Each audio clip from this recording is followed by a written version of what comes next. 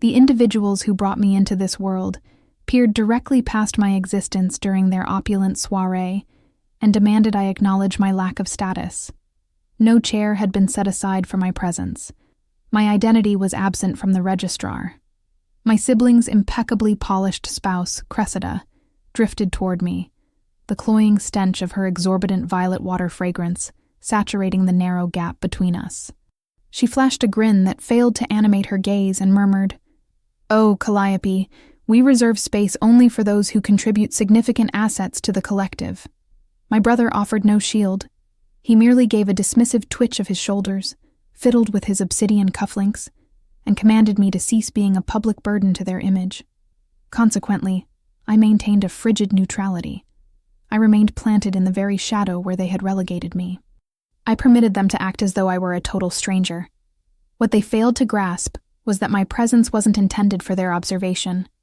I had arrived because a specific individual had requested my attendance, someone they had spent the entire evening attempting to entice with desperate fervor. Moments later, the very oxygen in the ballroom seemed to vibrate with a new frequency. Conversations died in throats. Heads swiveled. A titan of industry strode past my parents as if they were mere ghosts in his periphery. He came to a halt directly in my line of sight, clasped my hand firmly, and declared, "We have been anticipating your arrival with great eagerness, Chief." The entire assembly turned to stone. In that freezing second, my kin realized a harrowing truth. They hadn't just insulted an insignificant relative. They had publicly degraded the only individual in the grand hall who possessed genuine leverage.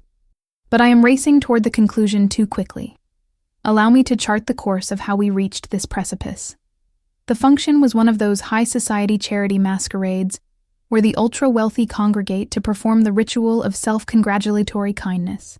The atmosphere was heavy with the suffocating aroma of expensive gardenias and the invisible weight of trust funds, a scent specifically engineered to make anyone with a humble livelihood feel an immediate shortage of breath. Rather than the hum of genuine human connection, the space was dominated by the aggressive, rhythmic clatter of sterling silver against bone china. It was a percussive sound that felt less like a festive occasion and more like the ticking of a doomsday clock. Every outburst of laughter felt meticulously scripted, echoing off the vaulted ceilings with a brittle, hollow resonance. The lighting didn't merely serve to brighten the room. It felt invasive, bouncing off every buffed surface to highlight the slightest crease in a tuxedo or the smallest tremor in a pose. Groups of men huddled together, trading talk of hedge funds as flippantly as if they were discussing the rain, their eyes perpetually darting across the room in search of a more profitable conversation partner. My family had orchestrated this grand display. Well, technically, they were the lead benefactors. My father took a primal joy in branding our surname onto anything that heightened his perceived stature. The Sterling Legacy Gala. It was framed as a noble endeavor, but it functioned primarily as a high-stakes networking bazaar, masked by the thin veil of altruism. I made my entrance unaccompanied. I was clad in a minimalist charcoal gown devoid of recognizable logos and absent of any ostentatious gems. I had internalized the lesson long ago. My family didn't want me to shine. They wanted me to be part of the background. The attendant at the podium squinted at her digital interface when I provided my name. Sterling? I don't see a Calliope Sterling on the guest inventory. Are you perhaps affiliated with the logistics or catering teams? I nearly let out a cynical chuckle. I am here as an attendee, I responded with icy composure. Before she could probe further, my mother's sharp cadence sliced through the air.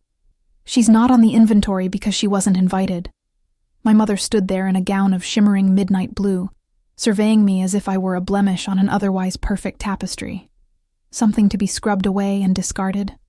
"Mother," I said, a single syllable used to gauge the depth of her hostility. "Do not initiate a spectacle," she hissed. "Your father is currently engaging with the governor. We cannot have you drifting about and unsettling our associates." The attendant's pupils dilated as she processed the family friction manifesting before her. My mother gripped my forearm and steered me toward the periphery, away from the grand archway. "Why have you appeared? I went to great lengths to ensure no invitation reached your hands." "I was summoned," I stated. "Just not by your authority. Her gaze sharpened into two needles. By whom? I offered no clarification. Reticence was far more potent than explanation when dealing with her. She loathed the absence of information, and she loathed it even more when I denied her the leverage of an answer. Go occupy the space near the service corridor, she finally snapped. If you are adamant about remaining, at least ensure you are invisible. We are hosting monumental figures this evening. Monumental figures. That specific terminology had been the soundtrack of my formative years. My sibling Lysander was always the one showcased to these monumental figures. Lysander the litigator. Lysander the golden heir.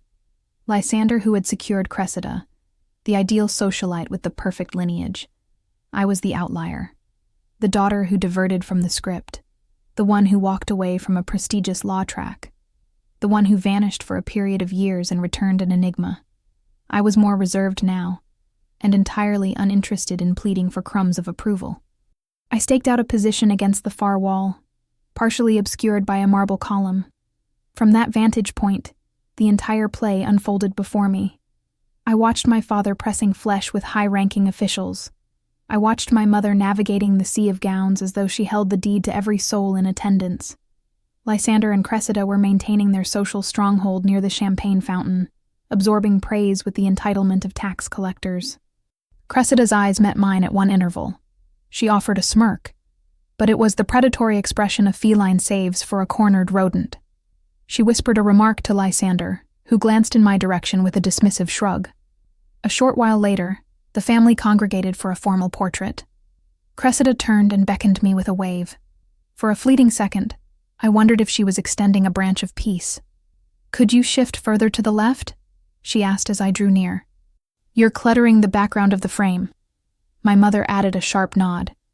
"Yes, darling, please move out of the way. This is intended for the Foundation's prestigious annual chronicle." I moved. I always moved. A server passing by offered me a look of genuine pity. I accepted a glass of chilled water from his tray and murmured my thanks.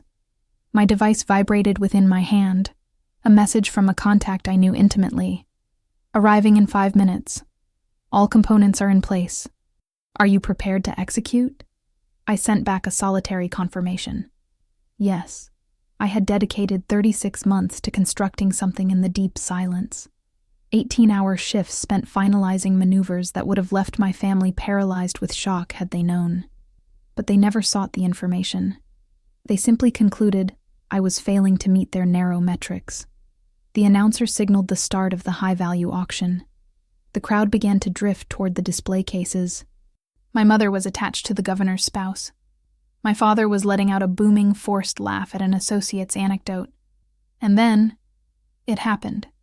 The undeniable shift in the room's magnetism. A sudden vacuum of sound that occurs only when someone of true gravity enters the space. "Is that him?" Someone breathed. "The Sterling family has been chasing a consultation with him for half a year." I knew the name on their lips. Silas Thorne, the architect of one of the most aggressive capital firms in the hemisphere. He possessed the power to dissolve or double a corporation with a single gesture. My father practically lunged across the marble floor. My mother trailed him with practiced speed. Lysander adjusted his posture, and Cressida did a final check of her silhouette in a polished surface. They were all desperate for his gaze. And then, he bypassed them entirely. He moved past the governor, past the chairman of the state's primary financial institution, and past every social climber who had positioned themselves like roadblocks in his path. He walked straight toward me. He approached the woman tucked behind a column, nursing a glass of water, and wearing a dress with no pedigree. He reached out his hand, his voice resonating clearly for every eavesdropper to catch. "We've been waiting to meet you, boss. The directors are assembled whenever you are ready to preside." The entire hall fell into a frozen tableau. My father's drink remained suspended in midair. My mother's expression calcified into granite. Cressida's manufactured grace shattered like cheap glass. Lysander gaped at me as if I were a hallucination. In that heartbeat, they all were struck by the same soul-chilling epiphany. They had spent the entire night treating me like a menial laborer. They had commanded me to acknowledge my place, and they had been utterly oblivious to the fact that my place was at the absolute summit of the pyramid they were clawing to ascend. I looked at my kin. I saw the turmoil, the skepticism, and the creeping dread dawning behind their eyes. I didn't grin. I didn't gloat. I merely gave Silas a curt nod. "I appreciate you being here," I said. "Our agenda is quite extensive." I departed the room at his side, leaving my family standing in the smoldering remains of everything they thought they understood about me. They still believed I was the inconsequential daughter. That error in judgment was about to cost them their entire world. The silence endured for exactly 4 beats. I tracked those 4 seconds of absolute motionlessness, while the room struggled to digest the visual evidence. Then, the murmurs ignited.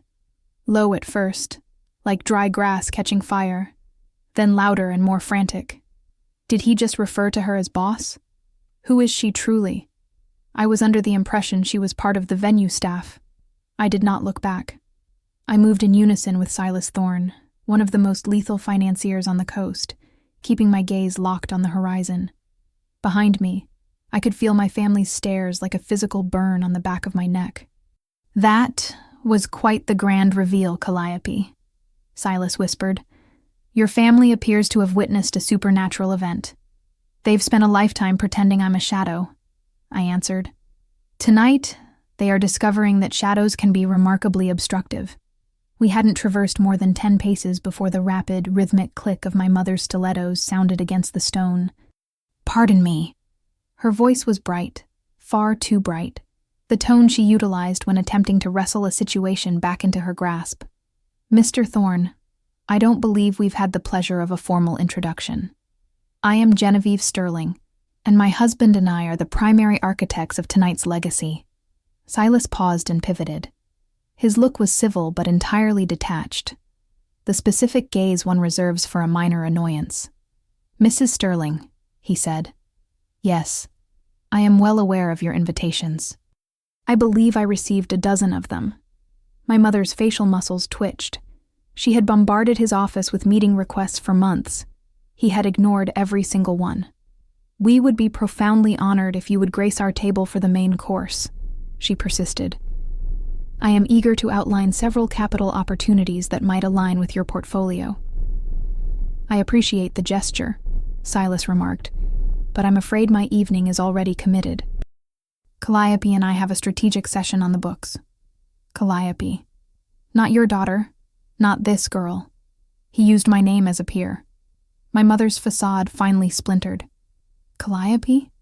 She turned to me, and for the first time in that entire night, she actually saw me. Not the stain on the rug, but the person. What is the meaning of this? Before the air could settle, my father materialized. Lysander and Cressida were right on his heels, forming a phalanx of familial concern that was entirely hollow.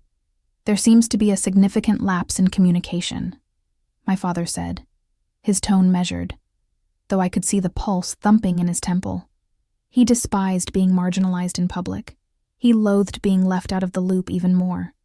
"Mr. Thorne, I'm not entirely sure what my daughter has represented to you, but I can assure you that any high-level business maneuvers would be far more effectively managed through our family's established firm. Calliope lacks the necessary background for what?" Silas cut in. His tone remained civil, but there was a razor edge beneath it. "For initiating a global venture? For constructing one of the most disruptive tech infrastructures in the current market? For overseeing a staff of 350 specialists?" He paused, letting the silence weigh down on them. "Because she appears to possess a staggering amount of experience in all those categories." The blood fled from my mother's face. Lysander moved into the light. "I'm sorry. There must be a clerical error. Calliope doesn't oversee a corporation. She's—" He stopped. He actually had no idea what I did with my time. "She's what, Lysander?" Silas inquired. "A maid? A server? That is certainly how your family has been advertising her role this evening." The indictment hung in the air like heavy fog. Cressida glided forward, her smile as perfect and brittle as a porcelain doll's. She met Silas's eyes with the ease of a seasoned manipulator. "Mr. Thorne, surely this is just a delightful little misunderstanding. Why don't we all retreat to a more secluded area and unravel this knot?" I'm certain Calliope would feel far more confident having the Sterling family's immense prestige supporting whatever endeavor she's been exploring. She reached out to place a hand on his sleeve, a calculated move of social dominance. Silas took a precise step back, avoiding the touch. I have a policy of speaking exclusively with decision-makers, he stated, and the only decision-maker in this building is Calliope. He looked at me. The directors are waiting in the executive suite. Shall we? I nodded. Indeed. Let's proceed. My father caught my elbow. Calliope, halt. You cannot simply walk away from us. I looked down at his fingers, then up into his eyes. I've been walking away from you for a decade, Dad. You just never bothered to notice because you weren't looking at me. I wrenched my arm free and followed Silas. Behind me, I heard my mother's frantic whisper. Did you have any inkling of this? She never informed us because we never bothered to inquire, Lysander said softly. It was the only shred of truth he had uttered all night. The executive suite was more intimate than the ballroom, yet it hummed with a different kind of luxury. 3 men and 2 women, the core of Obsidian Holdings, rose as we entered. Miss Sterling, one of them began. Margaret Miller, who navigated their primary acquisitions. We appreciate you agreeing to this meeting under these circumstances. Margaret, I said, shaking her hand. I appreciate the team making the journey. We sat to finalize the acquisition. My firm, Zenith Systems, had engineered a software architecture that had expanded from a bedroom startup into a titan of the enterprise sector. Obsidian Holdings wanted a stake. The transaction we were debating would value my venture at $920 million. $900 million. My family had spent years labeling me a disappointment. They had no conception of the fact that I had been erecting an empire while they were busy omitting me from their social itineraries. The session lasted 45 minutes.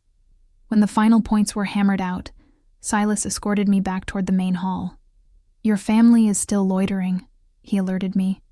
They've been patrolling the exit like birds of prey. I'm aware. You could bypass them. Leave through the service door. I offered a small, sharp smile. That's what they've always required of me. To vanish, not this time. We emerged. My kin spotted me instantly. My mother marched toward me. Calliope, we require an audience, now. No, I responded. We don't. You cannot simply discard us like you discarded me? I locked onto her gaze. Like you told me to wait by the kitchen entrance? Like you edited me out of the family legacy? I kept my voice low, making sure every word hit with the weight of a hammer. I've spent my life being dismissed by this family. That era ended tonight. Cressida shoved her way forward, her eyes flickering with a volatile cocktail of terror and arrogance. You're being so melodramatic, Calliope. You clearly don't comprehend how the professional world functions. A girl your age playing at being a CEO? It's adorable, truly. But let Lysander audit the documents before you commit to something that makes the Sterling name look incompetent. The agreements are already finalized, I stated, and I don't require Lysander's oversight. I haven't required any of you for a very long time.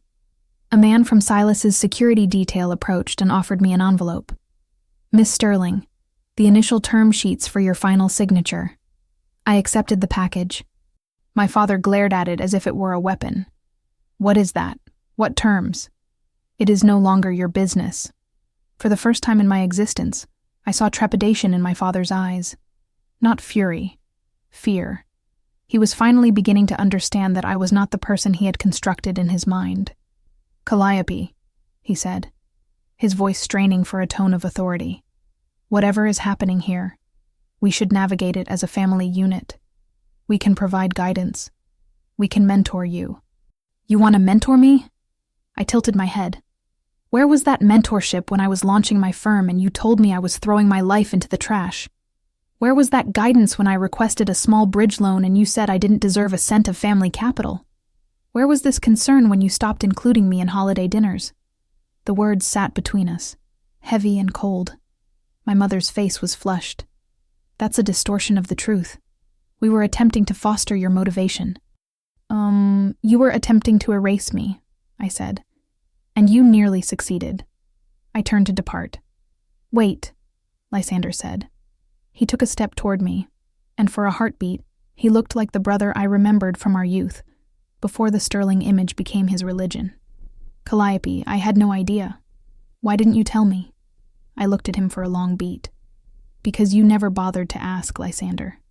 Not once in 3 years did you ask me how I was. You were too preoccupied being the golden child to see that your sister was building a world of her own. He started to speak, but I was already moving toward the exit. The room felt different now.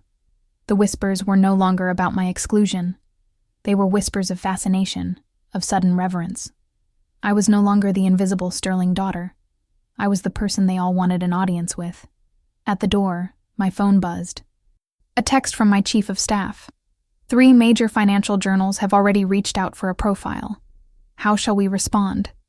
I typed back. Inform them that the Sterling family's service staff is unavailable for comment. I stepped out into the night, leaving their hierarchy in the dust. The dawn following the gala brought a landslide of communication.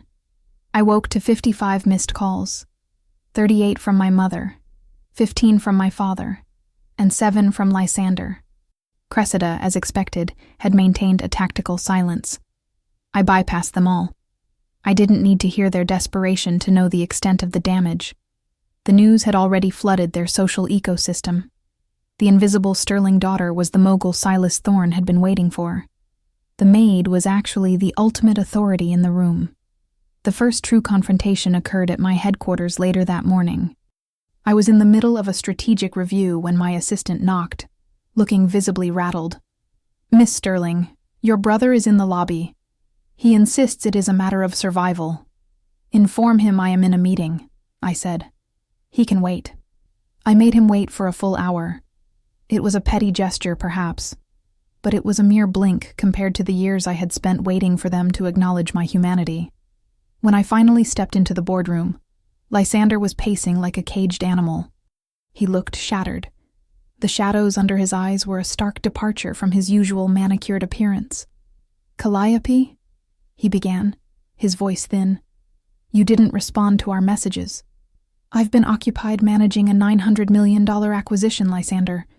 Something you only discovered I was capable of 12 hours ago. Look, things are spiraling out of control, he said, ignoring my point. People are talking. Cressida's foundation board is demanding explanations. Dad's partners are making jokes about hidden titans. This is pulverizing our status. I leaned back, unimpressed. Your status, Lysander. Not mine. You're still a Sterling, aren't you? And are you? According to Mother, I wasn't even on the list. According to Cressida, I was there to serve. You didn't give a damn about the Sterling name when I was being treated like waste. You only care now because the waste turned out to be gold. Lysander winced. He had no counter. Mom and Dad want to speak properly. They want to understand how this occurred. They want to understand how to hijack my success to patch up their own leaking reputation. I corrected. I owe them nothing. Now, if you'll excuse me, I have a legacy to manage. I showed him the exit before he could offer another syllable. But Lysander was just the opening act. Later that afternoon, Margaret Miller from Obsidian Global dropped by without a scheduled slot. Your father has been hounding Silas, she said, taking a seat. He's trying to wedge his firm's legal services into the buyout. He even suggested you might be out of your depth and could use his experienced hand. The audacity was breathtaking. He didn't know a single line of my proprietary code, yet he was already trying to profit off my achievement. And Silas? I asked. Silas told him that if he wanted to support you, he should start by treating you like a human being instead of a liability. Margaret smiled thinly. But you should be ready.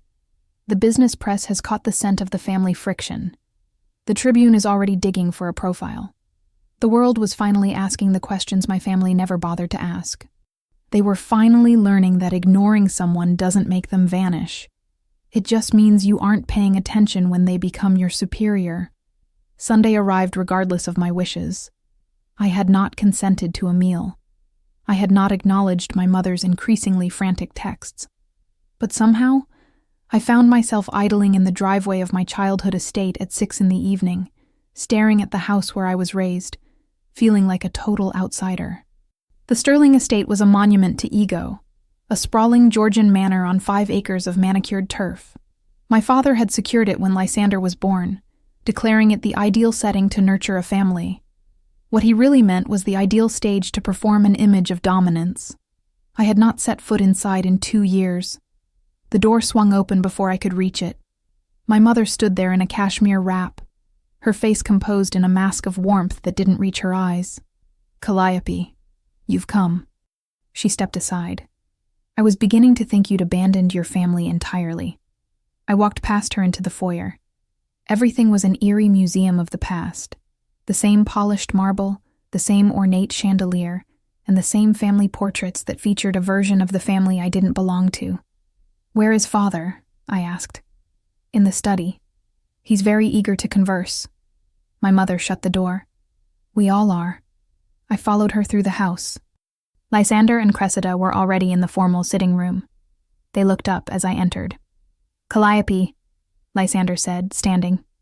"Thanks for showing up." Cressida remained in her seat. Her smile was identical to the one she had given me at the gala. Sterile, cold, and calculating. "Let's migrate to the dining room," my mother suggested. "Your father will meet us there." The dining table could accommodate 20. Tonight, there were only 5 settings, all huddled at the far end. My mother had likely agonized over the social geometry, where to place the daughter she had spent a decade erasing. I chose my own seat before she could dictate it. I sat directly across from Cressida, isolated from the rest. My father entered a moment later. He looked significantly older than I remembered. The gala had stripped him of his veneer. The public humiliation and the total loss of control had taken their toll. "Calliope." He took his place at the head. "I'm pleased you're here." "Are you?" He ignored the frost in my voice. "Of course. We're kin. That's the objective of tonight. Reconnection. Understanding." The first course was served. A delicate soup. It was my mother's attempt at simulating normalcy, as if we could act as though the last few years hadn't happened. Over the meal, my father began his gambit. "So," he said, his tone intentionally light, "this venture of yours, Ether Dynamics, I've been analyzing the metrics. Quite impressive scalability." "Thank you. I hadn't realized you possessed such an innate sense for commerce." He smiled, but it was the grin of a man trying to secure a signature on a contract. "Where did you acquire all that?" "Certainly not from anything we provided." I set down my spoon. "I learned by doing. I learned by failing and refusing to stay down. I learned from the people who saw my value when my own flesh and blood didn't." The temperature in the room plummeted. "That's uncalled for," my mother interjected. "We always believed in you. We just wanted you to secure a predictable future. Law, finance, something prestigious. Something like Lysander." "I see. Something that made the family look successful," I clarified. "What is wrong with wanting our children to thrive?" my father asked. "Nothing. Except you define thriving by your metrics, not mine. And when I didn't fit your template, you stopped seeing me as a daughter and started seeing me as a defect." Cressida cleared her throat, her wineglass held with theatrical grace. "Perhaps we could concentrate on the future instead of litigating the past," she said, her voice smooth and empty. "The reality is, you've attained a significant level of notoriety as a sterling. Your triumph is naturally our triumph. It is only rational that we synchronize our brands." I looked at her. "Synchronize our brands? As a family?" She smiled that perfect, vacant smile. "We are all sterlings. Surely there is a way we can leverage each other." And there it was, the primary motive for this gathering. "Let me confirm my understanding," I said slowly. "You wish to leverage me? The same family that omitted me from Christmas for the last 3 years? The same family that told me to know my place at your gala? The same family that left me out of every celebration and every acknowledgement of the name?" I paused. "That family wants to support me now that I am a billionaire?" My mother's face flushed a deep red. "You're misrepresenting the situation." "Am I? Tell me, Mom, when was the last time you reached out to me before Silas Thorne called me boss? Before you realized I was an asset?" She said nothing. "That is what I thought." My father leaned in. Calliope, I realize you're resentful. You have every justification. We erred, but that doesn't alter the fact of our biology. Blood is the ultimate currency, and in the industrial world, family alliances are advantageous for everyone. I almost respected his lack of shame. He wasn't even hiding it anymore. He wanted access to my power. He wanted to anchor the Sterling name to my empire. Dad, I said, I've spent my entire adult life proving that I don't need the currency of blood to succeed. I built my firm with zero assistance from you. No intros, no capital, no endorsements. Everything I possess, I took from the world with my own hands. No one is disputing that, Lysander said. He had been quiet, observing the exchange. But Calliope, imagine what you could do with our reach. Dad's networks, Mom's social leverage, Cressida's board connections. I held up my hand. Enough. Just stop. Lysander went quiet. You're not offering to support me, I said. You're offering to cannibalize me. You want access to my foundation so you can repair the crater the gala left in your reputation. You want to stand next to me and act as if you were always my greatest advocate. But we all know that is a lie. Cressida's smile vanished. You're being dramatic. No, Cressida. I'm being precise. There is a distinction. My father's expression hardened. I think you're forgetting who you're addressing. I know exactly who I'm addressing. I'm addressing the people who conditioned me to believe I was worthless, who used my brother as a yardstick to measure my failures, who stopped inviting me to events because my existence made them uncomfortable. I stood up from the table. I am addressing strangers who happen to share my DNA. Sit down, my father commanded. No. The word rang through the room. I had never defied him like that. I came here tonight because I thought maybe there was a shred of genuine humanity left, I said. But this isn't a family dinner. This is a hostile takeover. And I am not in the habit of negotiating with people who only see my value when it's convenient for them. I turned and walked toward the exit. Calliope, wait. Lysander followed me into the hall. Please don't walk out like this. I stopped, but didn't turn. Like what, Lysander? Like someone who finally realized her family is a sinking ship. I know we failed you. I know I failed you. But doesn't family get a second chance? I finally turned to him. Family gets second chances when they've earned them through contrition and change. You haven't done either. You came to my office to protect your status. You came to this dinner to profit from my work. Not once has any of you asked if I am happy. I paused. Not once. He had no answer. I walked to the front door and pulled it open. Calliope! My father's voice boomed from the foyer.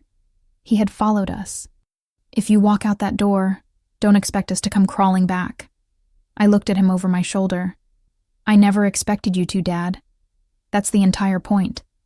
I stepped out into the dark and shut the door behind me. As I drove away, I felt something I hadn't felt in my entire life. Gravity. Not the weight of failure, but the weight of being my own foundation. The report hit the newsstands on Tuesday. I had granted no interviews. I had engaged with no reporters. But somehow, the Tribune had synthesized enough data to run a feature that would dismantle the Sterling image forever. The headline was merciless. Tech Titan treated as domestic help at family's own event. My chief of staff brought the paper into my office. She was ashen. Miss Sterling, the situation has escalated. I read the piece with the door locked. The journalist had been thorough. He had found guests who had witnessed the interaction. He had found former employees who remembered my early struggles. He had even managed to get a copy of the guest list showing my name had been physically crossed out by my mother. But the most lethal part was the testimony from unnamed sources within the Sterling circle. They always acted as if Calliope were a ghost. Lysander was the savior. Calliope was the secret shame. Patricia Sterling told her circle that Calliope was mentally compromised, that she'd had a total collapse. It was all a fabrication to justify their neglect. They begged Silas Thorne for an audience for months.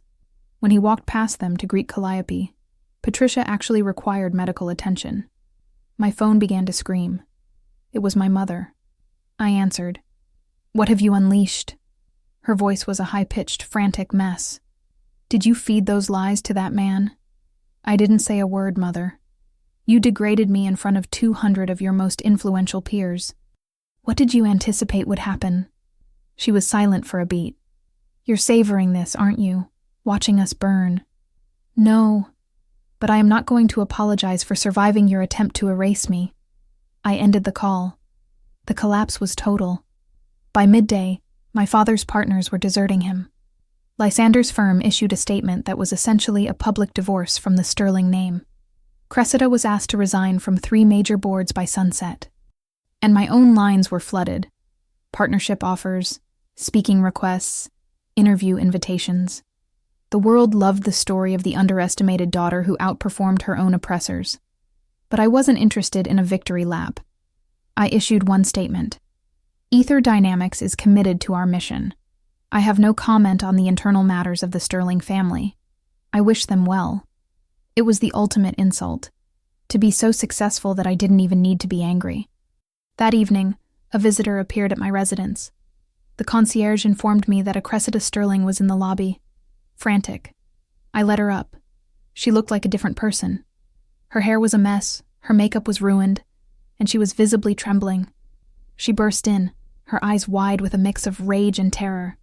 "How could you?" she shrieked. "How could you do this to us?" "I didn't do anything, Cressida. The world merely saw what you are because you were too arrogant to hide your cruelty.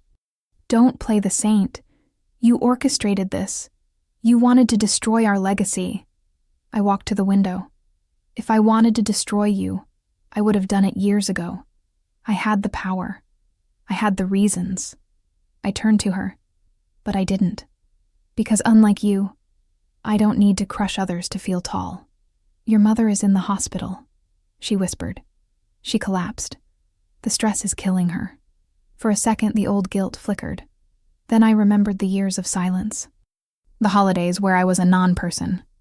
"I'm sorry to hear she is unwell," I said. "But her health is not my burden.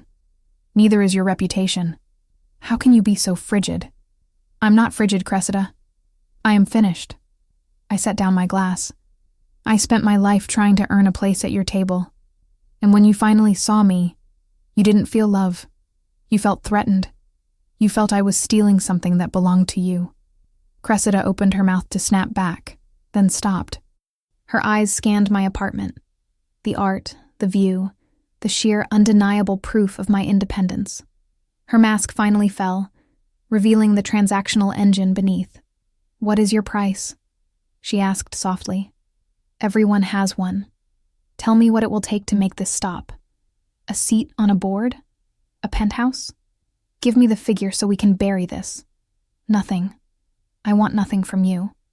Everyone wants something. Not me. Not anymore." I walked to the door and held it open. "I think it's time you left." Cressida gathered the remnants of her ego and walked out. At the door, she looked at me with a hatred that was finally authentic. "This isn't finished." "Yes, it is," I said. "You're just the last one to know." 2 weeks later, the Sterling social calendar had evaporated. The gala circuit they had ruled for decades had closed its doors. No invitations, no returned calls, no lunch meetings. The power they had spent their lives hoarding was gone. The first major blow was the charity auction my mother had led for 15 years. They sent her a letter restructuring the board. They thanked her for her service and didn't invite her to the next session. My father's network was slower to die, but the rot was there. Partners were meeting with his rivals. Opportunities were bypassing his desk. The Sterling name was no longer an asset. It was a contagion. I watched it all from the sidelines. I hadn't attended a single party. I had kept my focus on my firm and let the world draw its own blood. And the world was ruthless. In every high society conversation, the narrative was the same. The family that insulted their own blood. The parents who tried to erase their child. The golden son who watched it happen. Lysander called me on a Friday. I let it go to recording. "Calliope, it's me. I know you're done with us. But I need to talk. Not about the parents. Not about the news. Just about us." A long pause. "I remember when we were kids. You used to look up to me. I used to be your protector. I don't know when I stopped. I don't know when I became the person who stood by while they broke you. I am sorry. I am truly, deeply sorry. Please." I saved the message but didn't call. The following week, Cressida's designer circle abandoned her. Her social media following tanked. She tried to pivot, posting about family values and supporting loved ones. The comments were a slaughterhouse. Where was this energy for your sister-in-law? Easy to talk about family when you're trying to save your skin. This is a lie. I didn't engage. I just kept building. But the universe wasn't done. The final blow came at the annual commerce dinner, an event my father had headlined for 30 years. He arrived in his best tuxedo, expecting to rebuild. Instead, he stood alone. I wasn't there, but the accounts were vivid.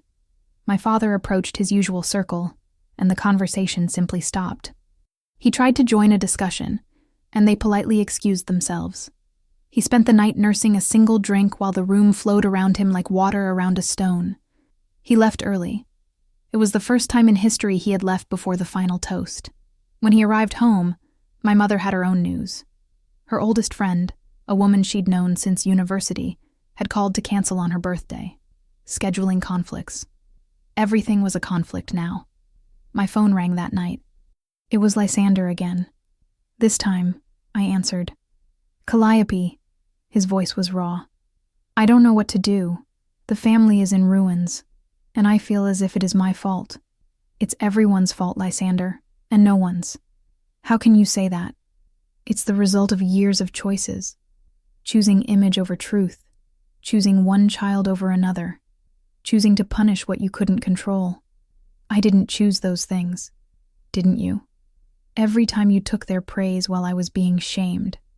Every time you went to a dinner and didn't ask why my chair was empty. Every time you chose silence. Those were choices. He was quiet for a long time. Can we meet? Not at the house. Just us. Like it used to be.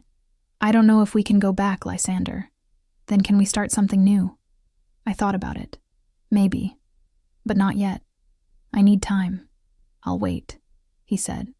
The buyout finalized on a Thursday. I sat in the mahogany boardroom of Obsidian Global, surrounded by a legion of lawyers. No speeches. Just the sound of pens on heavy paper.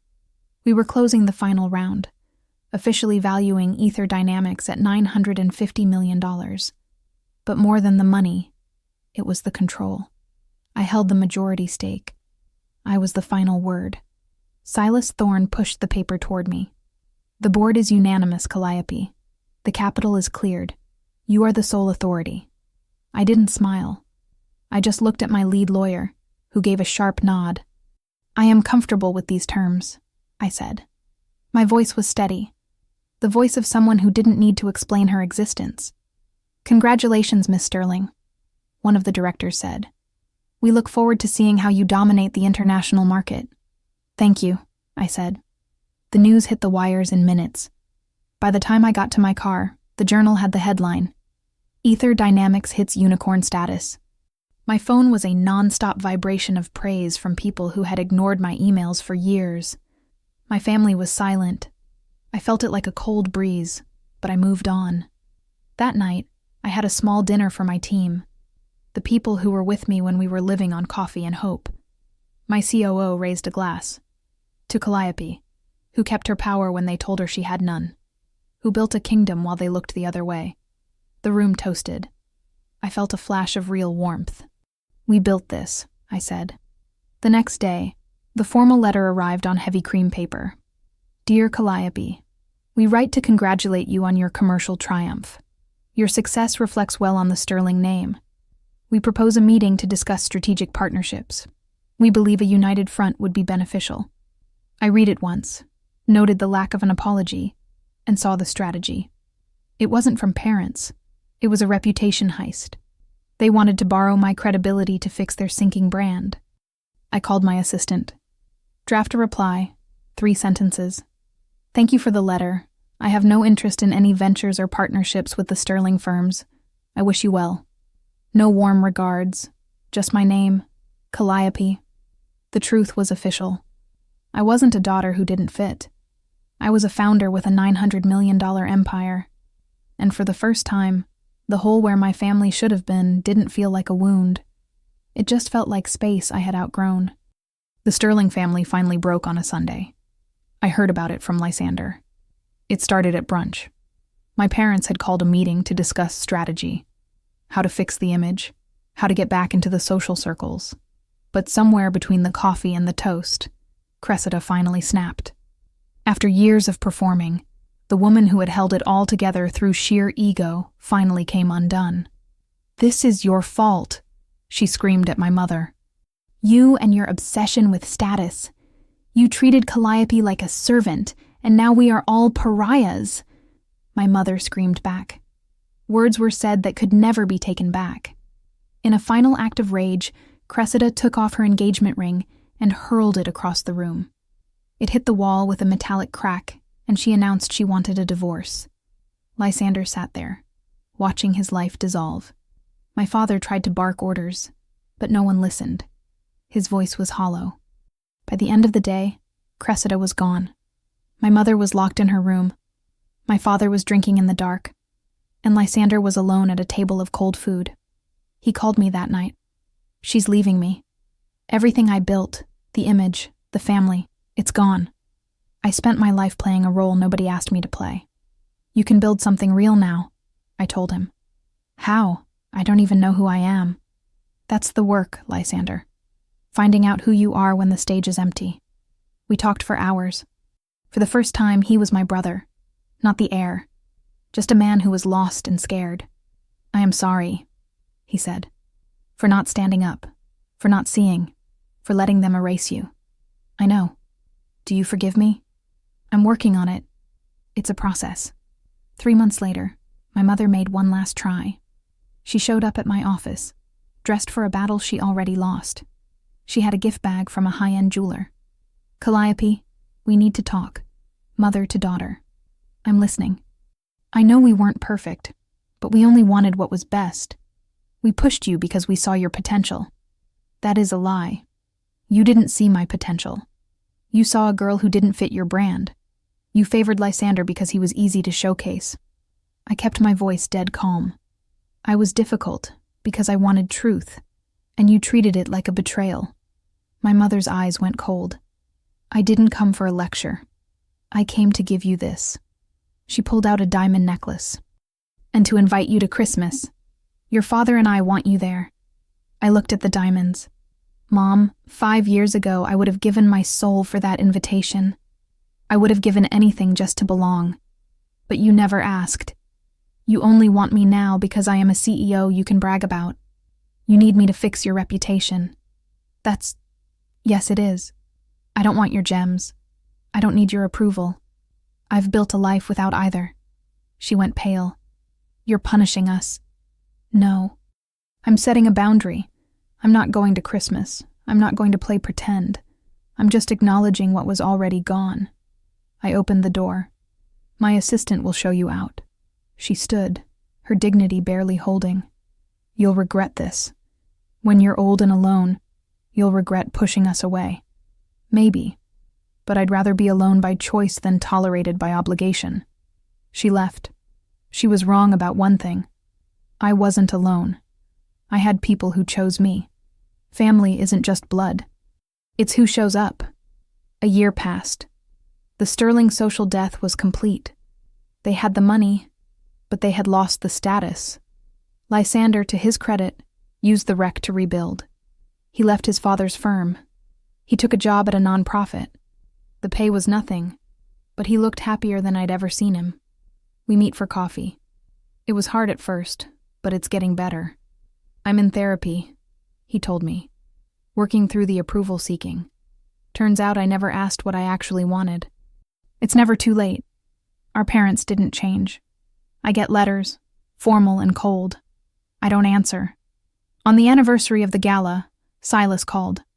Your father approached me again, wanted an introduction to our tech CEOs. He said he wanted to help your network. And you? I told him you were perfectly capable of building your own world, and that if he wanted to help, he should start by being a father." Silas laughed. Was that okay? Perfect. My father was still trying to control the script. Some people never change. I'm at peace with that. The final act was a heart attack. My father was in the hospital for a week. Lysander called. You should come, for yourself. I went. My mother was in the waiting room. She looked smaller, grayer. Calliope. You came. How is he? Stable, but diminished. Seeing you might help, or not. I don't know. I went into the room alone. The great Barnaby Sterling was a man in a gown with tubes in his arms. Calliope. You came. Lysander asked me to. I sat down. We were silent. I've been thinking, he said, about how wrong I was. I built my life on control, and in the process I lost the one person who didn't care about control. You were independent. You didn't need our approval, and that terrified me. I didn't know how to be a father to someone I couldn't own. So I stopped trying. And that is the worst thing I've ever done. He reached for my hand. I'm sorry. I know it's too late. But I needed you to know. I looked at his hand. I appreciate you saying it. I don't know if I can forgive you yet. I understand. It will take time. We sat in the silence. Two strangers with the same name. It wasn't a movie ending. It wasn't healing. But it was honest. And after a lifetime of lies, honesty was enough. 2 years after the gala, I stood on my balcony and watched the sunset. My firm was thriving. I had changed. I was no longer defined by the people who failed me. I was just Calliope. My relationship with Lysander was real. He's dating someone new, someone who cares about truth, not status. I think you'd like her, he told me. Bring her over. Our parents live in their manor, surrounded by memories of power they no longer have. I don't hate them. I don't love them. I've reached acceptance. Revenge isn't about hurting them. It's about building a life that proves them wrong. I didn't destroy them. I just stopped protecting them from their own choices. The truth set me free. I think about that girl at the gala, hiding behind a column. She felt so small. And now I look at a city of possibilities, knowing exactly who I am. I am a leader. I am a survivor. The most powerful place to stand isn't at the top of a family tree. It's in the center of your own life. My phone buzzed. Lysander. Dinner Friday? Sarah is bringing dessert. I smiled. Perfect. See you then. I lost a family, but I found myself. And that was the best deal I ever made. Have you ever been treated like you were nothing until you didn't need them? Tell me your story. If this hit home, like and subscribe for more real power shifts. They thought knowing my place would keep me small. Turns out, walking away was the biggest move of all.